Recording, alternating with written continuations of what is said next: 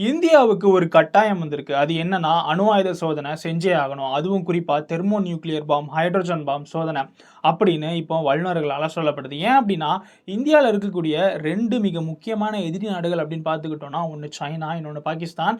இது 2மே இந்தியா கூட எல்லைய பகிருது. இது 2மே அணுசக்தி நாடுகள்.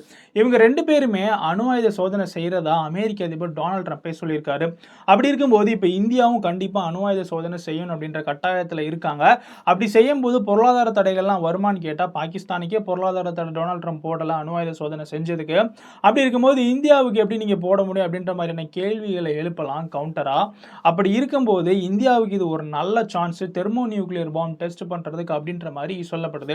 ஹைட்ரோஜன் பாம்பை பொறுத்தளவுக்கு நார்மலான அந்த அட்டாமிக் பாமை விட 100ல இருந்து 1000 மடங்கு சக்தி அதிகம் வாய்ந்தது. அட்டாமிக் பாமை கிலோ டன்ல அளந்தாங்க அப்படின்னா இந்த ஹைட்ரோஜன் பாமை மெகா டன்ல தான் அளப்பாங்க.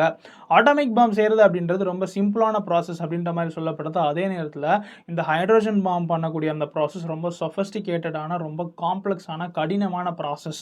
அப்படி இருக்கும்போது அப்பேற்பட்ட ஒரு பாமை இந்தியா டெவலப் பண்ணிக்கிட்டு இருந்தாங்கன்னா, இப்போ அதை டெஸ்ட் பண்ணுறதுக்கான நல்ல ஒரு தருணம். ஏன்னா பாகிஸ்தானும் சைனாவும் அதை செய்தாங்க.